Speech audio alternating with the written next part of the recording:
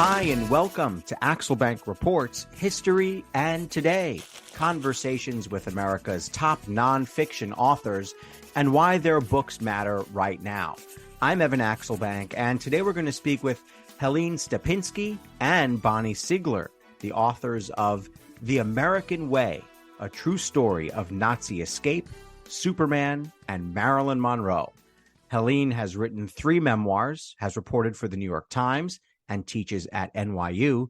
Bonnie Siegler founded a graphic design studio called 8½, and has taught graphic design at Yale and the School of Visual Arts.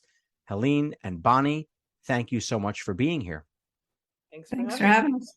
It's always fun to have 2 on the show. I'm surrounded by all these great authors and talent. It's so much fun. We don't get to do it that often, so I'm glad we are today.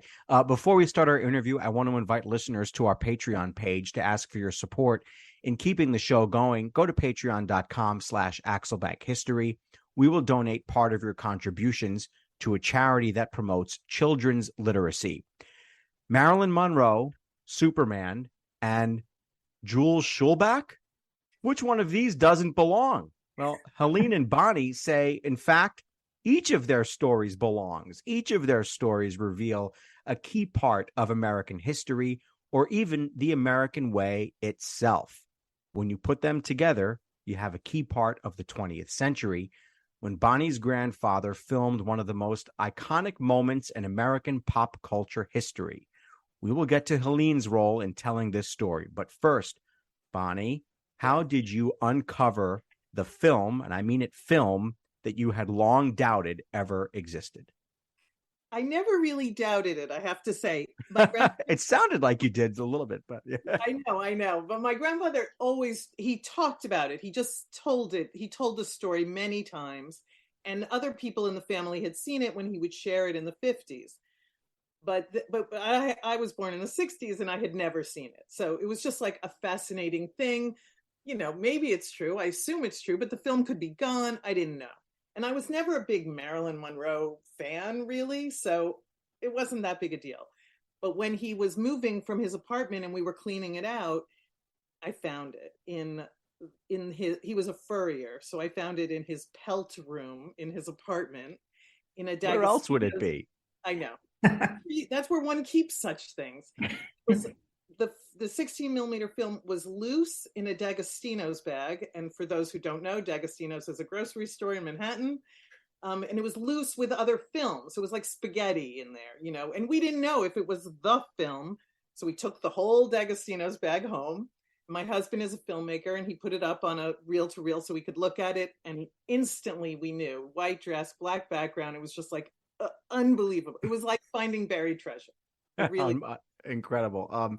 Helene, you and I are both reporters, and we've both gotten calls from people who are sure that they have a great story, only for us to hear that story and be like, yeah, maybe we can get to that. I don't know, maybe sometime. The story never gets written. What was your reaction when you heard the seedlings of this story that Bonnie called? I get at least 12 pitches a week, you know, a day, minimum, maybe sometimes 12 pitches a day.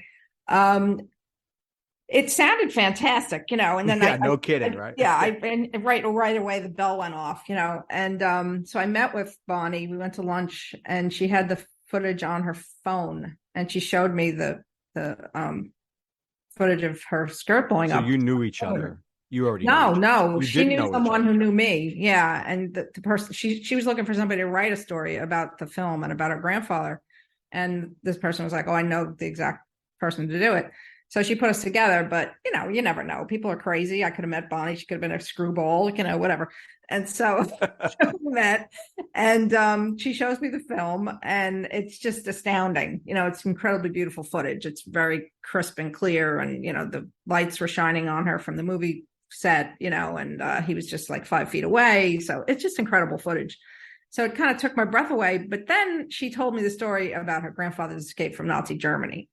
And that was the story that really got me. You know, Marilyn's one thing, but this story was really incredible.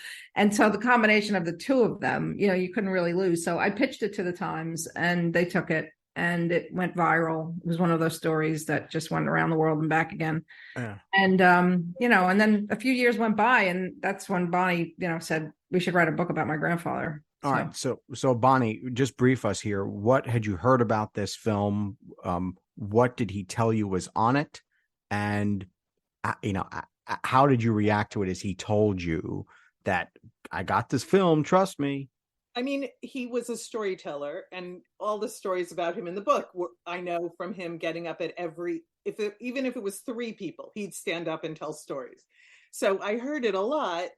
But again, I mean, I wasn't that excited about it. It sounded like a really cool thing, a really amazing thing. But if I never found it, I would be fine. And so, but then finding it and seeing how beautiful this Kodachrome was from 1954, perfectly preserved despite being in a plastic bag, I was absolutely blown away. So September 15th, 1954, grandfather Jules, is out for a 10-block walk, you said. Can you take us, without the walk, just take us to New York City at that time and tell us what New York City was like in the mid-50s? Helene? Helene can do it too. Yeah, I can do it too. I mean, it was sort of at its height in a way, everything was really exciting at that point. I think like post-war, everybody was excited to be alive, really. It was sort of this magical moment in America, I think. The war had made us this incredible country. We've been pretty great before, but, post-war, we were really at our height. And I think everybody was just happy to be American and happy to be alive, especially the immigrants who had to come over, like Jules. He was just thrilled to be living and walking down the street. He almost died. I mean, that's the whole other part of the book. I mean, that's probably the bulk of the book. So it was just an exciting time, I think, to be in New York. With this concept of having a movie camera, right? Like, it seems really simple to us. Because we all have, I have 2 phones in my pocket at all times. Both have beautiful cameras and they record audio, and I can look at anything that's happened to me, like that's even remotely interesting over the last probably 15 years. Why did he have his movie camera with him? And did people carry these with them all the time? I would assume not. No. It was definitely unusual to have a Bolex. He and his nephew actually were competitive filmmakers. They would each shoot moments and then show them in the evenings and try and outdo each other. But what he filmed were not the weddings and bar mitzvahs. What he filmed were the everyday moments, the most important moments, the walk to school, the waking up and brushing your hair. That's what he filmed. He wanted to preserve the everyday moments of life. Just curious, did you find a lot of that film also? Yes, I have a lot of film. Is it interesting? It is for my family. Yeah, right. Exactly. Right. Too. Yeah. Right. That helped me write the book. Yeah. Right. It's interesting because I've seen film from just about that era. It is exactly that era. And it's in my neighborhood that I grew up in the Bronx. And when I see people walking around, it was my grandparents, there was a much different urgency about things. They were just out to walk. Like, you know what I mean? Did you see that in the film? Oh, definitely. I mean, a Saturday would be going for a drive in the car, not with a destination, mind you. Yeah, just driving around. Yeah. So, it was very different. Who was Marilyn Monroe, and what was she trying to accomplish that night in New York where Jules ran smack into her? Well, that night she was really just, in a movie. She was an actress in a movie doing what the director wanted her to do. Yeah, she was sort of, she was already really famous, but wasn't quite at the height of her career. That kind of pushed her over the top, I think, that night. The shot seen around the world, they called it, was in every newspaper all over the world. Not the footage like Jules shot, but actual films, photographs. They had invited, the film crew had invited newspaper photographers from all over the place. There were like, I don't know, maybe 50 guys there shooting it that night. It was just a press event, really. There were so many people there that there was too much noise. And so Billy Wilder had to reshoot on a soundstage in Los Angeles. So that actual footage on the actual subway grate wasn't ever used and was quote unquote lost, because Joe DiMaggio showed up and got mad about the dress blowing up, and it was a big brouhaha, and he beat Marilyn up that night. So that film was lost. And the only film footage is Jules's footage from that night. So, that was a big night for Marilyn, because that, like I said, that shot was just everywhere. And she became a super, super duper star. She was already a superstar, but, she went above and beyond. So it was an incredible night for her. Because Joe beat her up that night because he was so upset by what he saw, she left him the next day. So it was sort of the start of her superstardom and the end of her marriage. Wow. Before we get to Henry Donenfeld, Harry. What did I say? Henry. Oh, and I have Harry written here. I'm like, why are they correcting me? I have Harry written right there. Okay. But which is fine. Before we get to Harry Donenfeld, what are comic books and what do they represent about culture?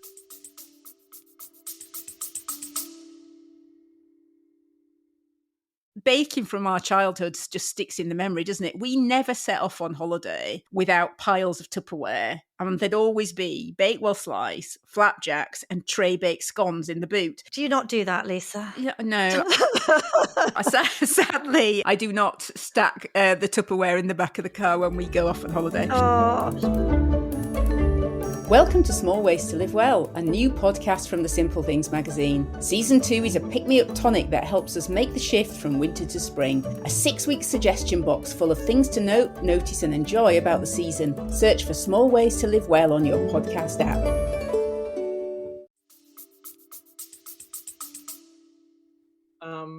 Well, at the time, they were kind of created accidentally. Nobody anticipated what would become of them. It was somebody who had made supplements for newspapers, worked at a print shop, and was like, oh, if I fold it over and staple it, that's a cheap little giveaway. And what happened from a Jewish perspective is writers and artists who couldn't get jobs in traditional industries, the regular magazines or the regular newspapers, because they were Jewish, all gravitated towards comics. So, all the early comics were written, produced, published by Jews. So who was Harry? Harry was a bootlegger and a pulp girly fiction publisher, had made his fortune that way. Just around the time that Jules was looking for a financial sponsor to come over from Nazi Germany, Harry was about to publish Action Comics, which is part of DC Comics, and that was the Superman cover. That was the first Superman comic. So Harry Donenfeld sort of stumbled into this new business. He had already had money, but Superman took off, became incredibly famous. They never expected it. I don't think he really had no idea about the comics industry. It was brand new. And then Harry made $1 bazillion, on Superman. Yeah, right. And I want to ask about how he screwed everybody out of their money that they should have had. But first, as I was reading about Harry's background, and in your book, he just felt so seedy to me. I mean, I was reading this. I'm like, he's like this porno guy, and he's like this bootlegger. I'm wondering if you have been able to put together how this sort of seedy-ish background, and my apologies to his descendants, but this sort of seedy background prepared him for running a legitimate business. He was a mover and a shaker, and people loved him. I mean, his grandson did tell us he had a wife, a mistress, and a lover, and he cheated on all of them. But besides that, look, my grandfather's first cousin, Faye, lived next door to him in the Bronx in the early 30s, so before he had money, but they had remained friends. So she approached him in 1938 and asked if he would sign for my family, and he said yes. So that's kind of it's called the American way, because the American way is both Harry becoming a bazillionaire and Harry screwing those boys. Those are both very American things to do. Very much. We didn't say who those boys were. We got to mention that. So the guys who came up with Superman, Right, Joel Shuster, right, yeah, and Jerry Siegel, created these kids from Cleveland, and he paid them $130 for the rights forever, and then that was it for them. And that reminds me of the movie The Founder with McDonald's. Right. Yes. Yeah, I mean the founders of McDonald's got like nothing out of it. Certainly, Exactly. relatively speaking. The American way, it happens again and again and again. I'm sure there's lots of stories you don't hear. So. Do you know how they came up with the idea of Superman? What what they were thinking as they came up with this?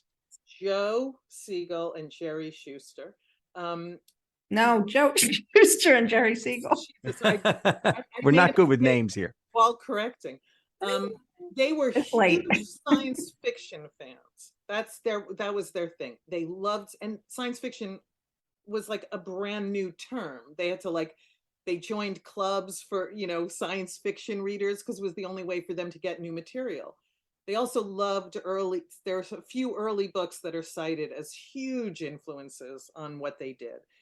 But Jerry says he just woke up in the middle of the night with an idea. I think it has to do with the fact that his father owned a store and two guys were shoplifting or stealing, and he had a heart attack and died. And there was nobody there to help him, nobody to come in and save the day. And he wrote Superman years and years later, but that doesn't leave you that feeling of helplessness. So I think it's part of it. Yeah, it came out of the brain. Yeah. I'm curious what your sources were for writing this book beyond, of course, the film. Helene, you want to take a stab at? Yeah, there's a lot. I mean, yeah. we kind of didn't break it up, but we were both furiously doing research at the same time. Bonnie did pretty much all of the family research. She dealt with the Holocaust Museum in DC. She dealt with Yad Vashem. She put us in touch with all of her relatives. We did interviews with all of them. We found video. Relatives I didn't know before. Yeah, relatives she didn't even know. Stuff to strangers. Yeah. And then we found testimony of people who were already dead, who had escaped Nazi Germany from her family. We watched those testimonies. I watched testimonies from people that family didn't even know who were in the same concentration camps at the exact same time to find out details about the camps. And then, each section has its different research, right? So for Superman, our Bible was this book by a guy named Larry Tye, who had written a book about Superman at least 10 years ago, maybe 15. And all of his archives were at Columbia University. Everything he used for that book, boxes and boxes of material. And so we thought, we'll just go to Columbia and look through his stuff. He had all these original documents and stuff. But of course, this was during the pandemic, so we could not go to Columbia. And we had to have the comics archivist there Zoom with us and hold up each piece of paper from each box and show us. We had to tell her what we wanted, and she was terrific. It took about 2 weeks, and she just photocopied whatever we wanted and then emailed it to us. And I hope you sent her a gift card or a challah or something. We thanked her in the acknowledgments. Oh my! Well, all right. That's at least something. We couldn't even go see her. It was like she wasn't. I think she was just at home. She wasn't. And so then great stuff from that. Yeah, amazing. So that was the bulk of the Superman stuff. And then and then we talked to Harry's family. We got in touch with all his grandchildren and interviewed them multiple times, visited them at home once the pandemic lifted. But the coolest part, wait, I just have to say, go. Donenfeld grandchildren, Erwin, Harry's son, moved his whole family to a town in Connecticut. It's the town I happen to live in. Convenient. Harry's grandchildren all went to the same high school as my husband and my children. Yeah, that's crazy. It was a nice way in to say, I'm calling from Westport, and my house is around the corner from where you grew up. Have they come to grips with what their grandfather, the type of life he led?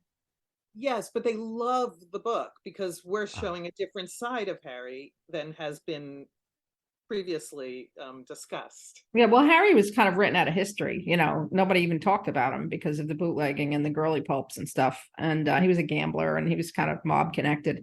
And so DC doesn't even have him on their website or anything. He's been kind of pushed aside. And so this kind of brought him back into the limelight for them. And he's a hero. He's definitely a hero in this story. He saved Bonnie's whole family, so.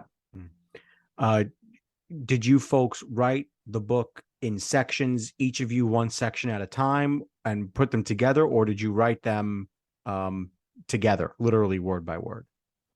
Helene? Oh, no, Bonnie is the art person and the researcher, and I am the writer. Okay. I don't think I could have written it with someone. I've never written anything with anybody. I don't see how that's even possible. So she just kept shoveling information to me, and I kept saying, Bonnie, stop, it's too much.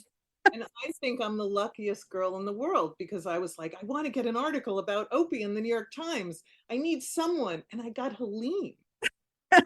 And I got Bonnie and her story. Yeah. So we worked really well together. Yeah, it was great. It was you get it all through the pandemic. You say that you couldn't imagine working with another author. I've interviewed an author on this show who co-wrote the book with his wife, and he actually said it was quite fine, which surprised me. Yeah, I would think they'd get divorced, Still could happen. Yeah. No, we had a great time and still do. No kidding. I want to introduce Jules now. Bonnie, tell us about your family. What do we need to know to sort of put together about how he wound up needing a financial sponsor, and they needed a sponsor to come to the United States? So he was the youngest of 6, and all his siblings were born in Ukraine, but there were pogroms at the time. This is the early 1900s, and they decided they had to leave Ukraine, and they went to Berlin, and he was born in Berlin. The family was, fine, middle-class family. They were very involved in the Jewish community there. His father served for Germany in World War I. And then around 1933, everything started to change. So Hitler came to power. Hundreds and hundreds and hundreds of laws were passed keeping Jews in their proper place. And my grandfather realized he had to get out. So he spent about a year gathering all the materials that you needed. It's a list of like 20 things, like a health report, a police report, a financial report, all these different things. And the last piece was the financial sponsor. So he came to America to find the sponsor, and then he had to go back to Germany to get my mother and my grandmother, because they stayed behind while he got the sponsor. But of course, when he got back to Germany, the people at the dock where the boat was said, you can't come back in. We're telling all the Jews to leave. What are you doing here? Go away. And I don't know how, but he said that he was Clark Gable's agent, which he was not. Again, he was a furrier. I love that word, by the way, furrier, but go ahead. Sorry. Yeah. He was furrier. Yeah. If he didn't get back into the country, then Clark Gable's films wouldn't get to Germany. He was responsible for getting them to Germany. And he knew, I guess, that Hitler loved Clark Gable. So he said, do you want to be responsible for telling the Fuhrer that his favorite films aren't going to come to America? And I don't know if you know this, but Hitler watched 2 films a day, every day. Yeah, that was in your book. Yeah. Oh, so I forget what's in the book. We forget. Oh, yeah, right. You didn't write it. Right. Helene did. Just kidding. I'm just kidding. She read it. Yeah, No. she read it. Right. No, I think she told me that. She just doesn't know what I put in or not. Right. There's a great book, Hitler in Film, so I almost know every film he watched every day. It's pretty insane. Yeah. I asked you about how Harry's background as in this sort of seedy business world prepared him for legitimate business. How did his background prepare him to have a sense of responsibility to others in this way? Harry? Yeah, Harry Donenfeld, right. I mean, he seems to have always been a good guy. The truth is, prohibition, how do you feel about prohibition? I mean, so he went against prohibition, and he went against the laws that showed drawings of girls scantily clad. Those were the crimes that he committed.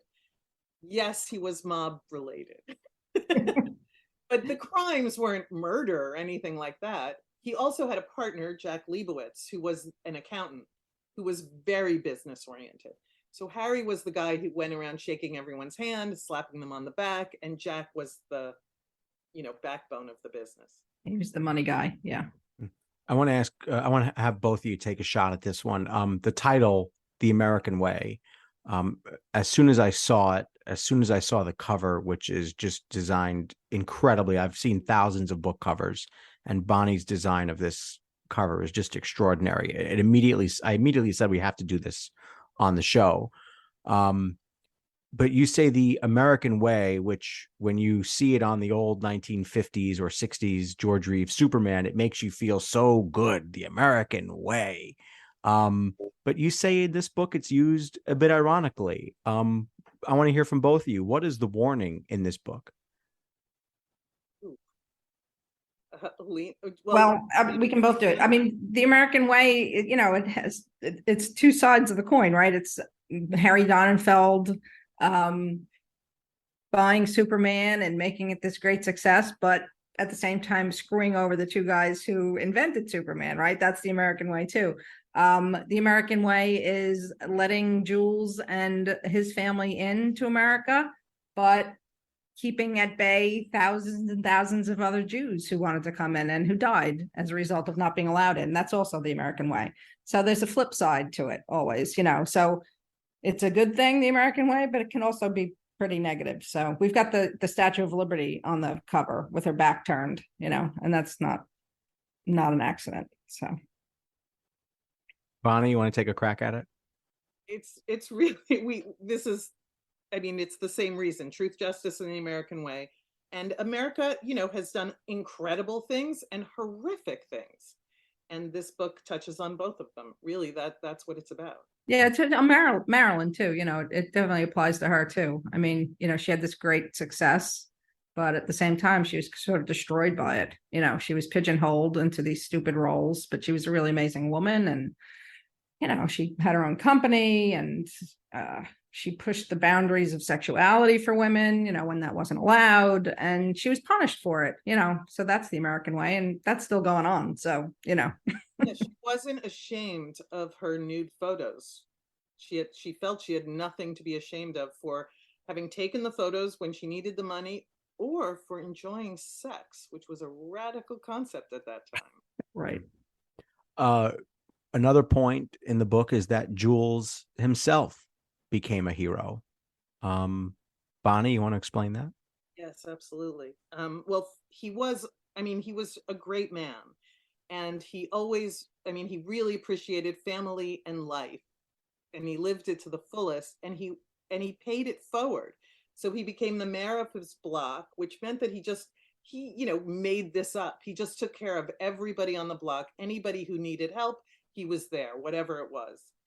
And then in 1969, my grandmother had a stroke that left her half paralyzed. So she was in a wheelchair. But before that, when she had the stroke, my grandfather was told she had a few days to live. So he said, if she only has a few days to live, I want to spend them at home with her. So he took her out of the hospital, brought her home, and took care of her for the next 25 years. And I was alive through this whole time. I never heard him complain even the tiniest bit. And then he would bring her up to Hunter College and show the doctors and nurses there how you care for someone in a wheelchair. He was just an incredible, giving man. Incredible. How did early Superman weigh in on the cultural issues around him, I guess? Or how did the authors have him weigh in on the cultural issues? Harry was a socialist, in the 20s and 30s. And so Superman was this, pretty liberal guy. He was fighting corruption, and he was against the greedy, rich people, and, basically your typical liberal hero. It wasn't until later, I guess into the 50s and 60s where he became more jingoistic and sort of like that patriotic thing. But, Superman was one of the first people to fight Hitler. We weren't in the war yet. We're talking 38, 39, 40. He was already fighting Hitler in comic books. And so and Mussolini and Stalin, actually. Yeah. And, you had, like Bonnie said, the staffs of all these comic books were mostly Jews because they couldn't get jobs in regular publishing. And so they knew what was going on over in Europe. They knew what he was up to. Americans didn't know, maybe didn't care for the most part. It was anti-Semitic in America, still is, as we know. And, these guys who worked these comic books knew what was up over there. And so they had Superman fighting Hitler very early on, very, very early on. So, he was a pretty big liberal hero, Superman. One of my favorite things about the early Superman is they took on the KKK also, and they made the KKK the bad guys, obviously. But then members of the KKK came home and saw their children, instead of playing cops and robbers, they were playing cops against the KKK, and the cops were the good guys and the KKK were the bad guys. And that was really the beginning of the end of the KKK. Right. Yeah. How can you beat that? Every time I go to a superhero movie, and I love them. I mean, I don't love everyone that's ever made, but I love the base characters and I love seeing how they do the different movies around them. I think to myself this question: why do we as Americans, and maybe everybody does, but I can only speak to it from the point of view as an American, why do we need these characters so badly in our lives, and to have them keep making the number of appearances they seem to make? Because each superhero has been through 4, 5, 6 generations at this point. What is it about these characters that we have to have somewhere in our minds? I think it's just like Greek mythology. It's just a continuation of religion in a way. God kind of died in the 60s, right? When was that time cover? God is dead. We need something in our lives to make us feel like there's good and evil and somebody's fighting for us. And I think they've kind of taken that role in society. I think that's what it's all about. People don't go to church, they don't go to synagogue, but they're going to superhero movies. You still want to know that evil's going to be crushed at the end of the day. I want to ask each of you about your crafts now. Helene, you're a reporter by trade. How did your reporting career prepare you perfectly for reporting this story? Well, I started out as a reporter. I'm 58. So I've been reporting since I'm like in my 20s, right? So it's been many, many years, decades of reporting. My first book was in 2001, and that was a memoir. My first 3 books were memoirs. And so I turned those reporting skills on myself and on my family. So I knew how to dig out a story, and I took no prisoners. I told the whole story. I don't hold back. And so I did that with my own stories. I did that first with my family growing up in Jersey City. I did it. I was in a band, and my marriage almost fell apart in the 90s. That was my second book. And my third book was about a murder in my family in Italy in the 1800s. So each time I really, like I said, just go deep in like a real reporter would. But all of those books and all of my reporting prepared me for this book. I have to say, everything's been preparing me for this, because those 3 books taught me how to plot.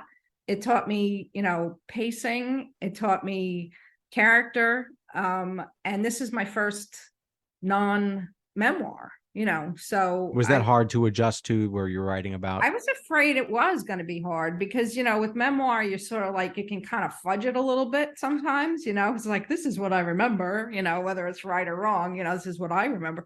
But this was like somebody else. So you had to get it right. It was all these other people involved, Yeah. I was talking right about my family before, so there were other people, but this is a third person situation, you know what I mean?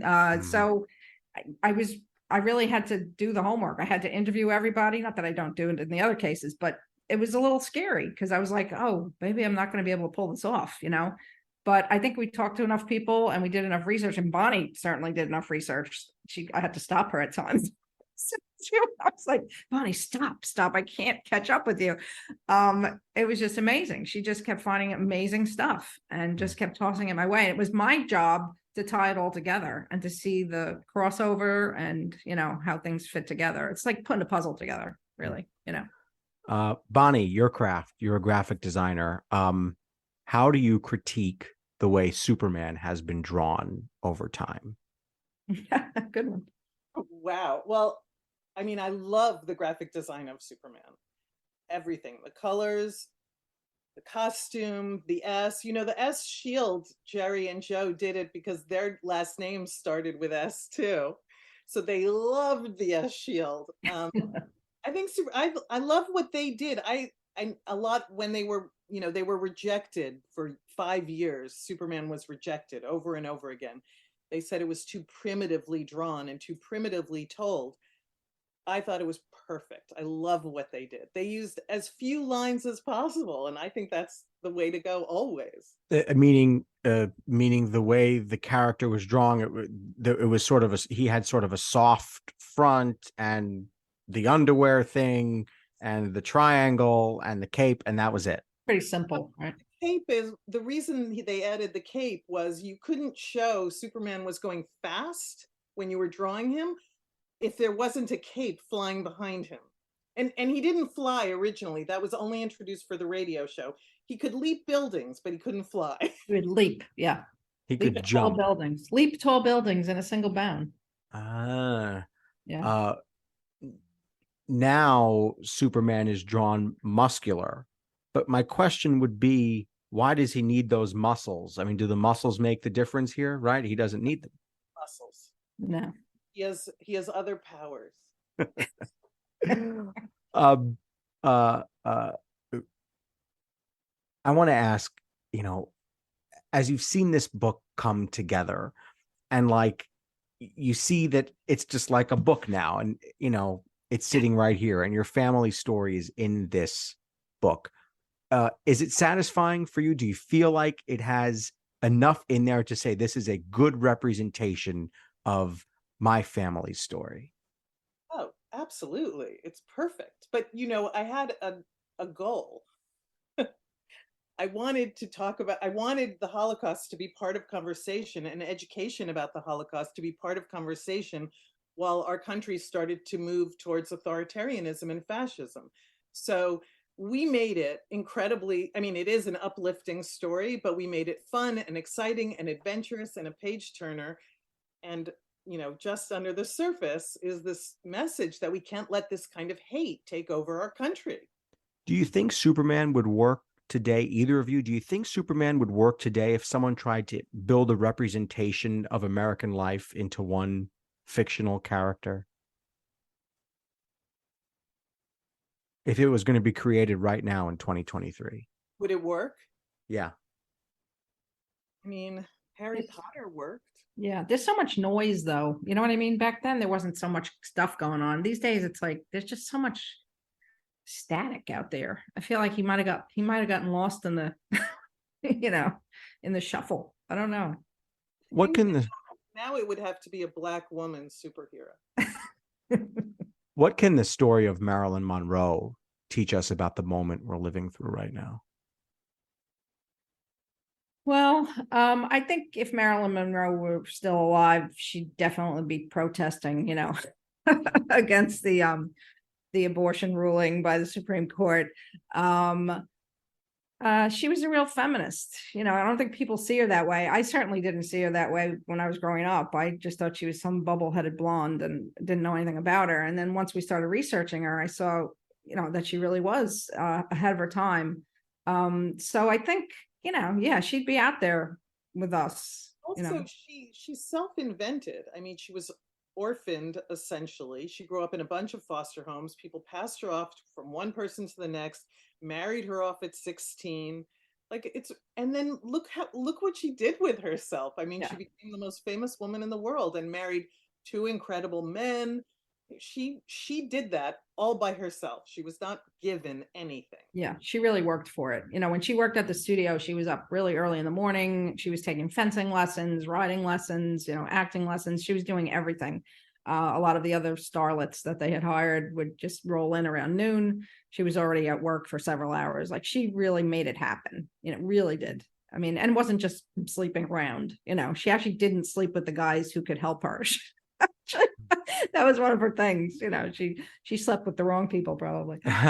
Do either of you think about 3 parallel characters of the 2020s or the 2010s who could tell a similar story about this time in history if you were sort of to piece them together?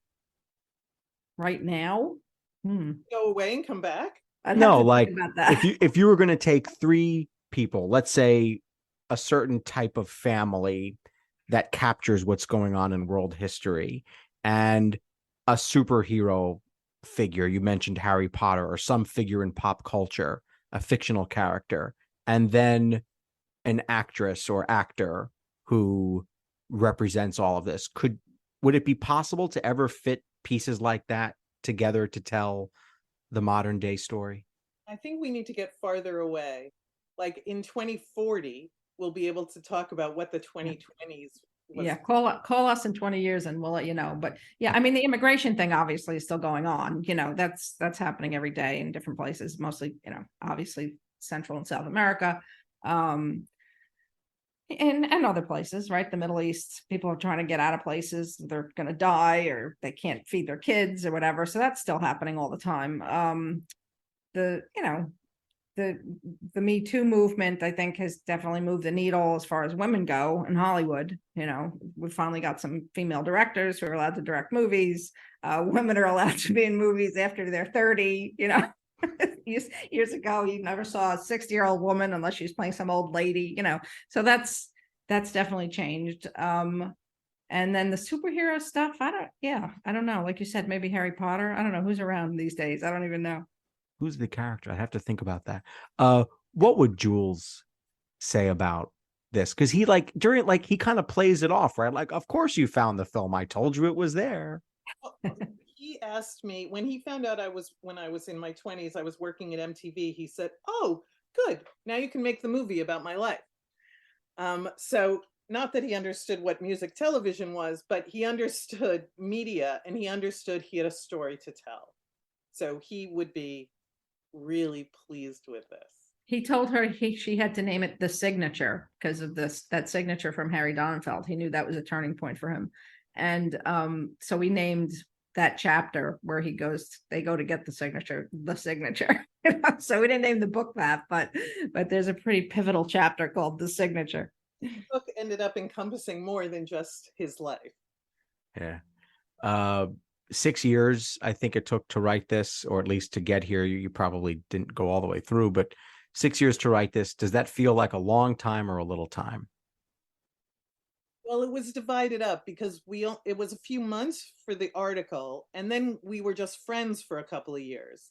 And then we started working on the book. So there was a big gap in there, but it was a solid 2 years that we worked like we ate and slept and breathed the American way. Yeah, we didn't really, because it was during the pandemic. So I wasn't doing much reporting. There wasn't much happening except for COVID. So, I couldn't leave the house. So Bonnie and I talked to each other about 500 times a day and, just wrote this book. So it seemed to go by pretty quickly, actually. It did, Is there another project for both of you to work on together? Or are you going to go your separate ways after this? I guess it depends how well the book does. Well, there is that, but if this becomes a limited series, then we'll work together again. Yeah, we're hoping. Fingers crossed. That's a good idea.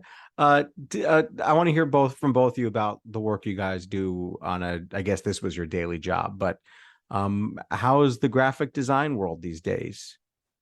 It's terrific. I'm still doing a lot of stuff. I design a lot of books still, like Ejaculate Responsibly. And I do a lot of work in television. I'm working on a documentary series right now for Apple TV where I create the look and feel of the show, motion graphics, things like that. Helene, how's the reporting business going? It breaks my heart every day I see another place closed down. I know, it's sad. I still write for the Times pretty regularly. But the book has kind of taken over my life the last couple of years, and we're on tour right now. We're going to LA actually on Sunday. And my last book, which was about, I told you, Southern Italy, about my family there and the murder there, that came out 5 years ago, but it just came out in Italy. And so I'm going on an Italian tour, a national tour next week. I start on Sunday. I'm going to be gone. That's a good place to base a memoir on if it's going to wind up on a tour, right? All right. One last question. Favorite Superman actor? Oh, it's got Christopher Reeve for me. I mean, I was like, 14 when that came out. I was like in love. So Christopher Reeve really did embody it. I think Cherry and Joe would have loved Christopher Reeve in it too. Yeah. He was just fantastic, truly fantastic. I want to say Christopher Reeve, I really do, because he's like my 1A, but I just love George Reeves. I just love the way he pulled the glasses off, and what a story this is. Well, you better go get that story, right? When I want to, the lines were so good. That's true. I'm going to send you, I have a picture I'm going to send you of George Reeves. I'd love to see it. Helene Stapinski, Bonnie Siegler, the authors of The American Way, a true story of Nazi escape, Superman, and Marilyn Monroe. Thanks so much for being here. Thank you. Thanks for having us. Check out the book and Helene's website, which is helenestapinski.com. She's on Twitter at Helene Stapinski. Bonnie Siegler's website is 8.5.com. She's on Twitter at 8.5B. I want to invite listeners to our Patreon page to ask for your support in keeping the show going. Go to patreon.com/AxelBankHistory. We will donate part of your contributions to a charity that promotes children's literacy. And thank you for listening to Axelbank Reports History and Today, conversations with America's top nonfiction authors and why their books matter right now. Check us out on Facebook, Twitter, and Instagram at Axelbank History.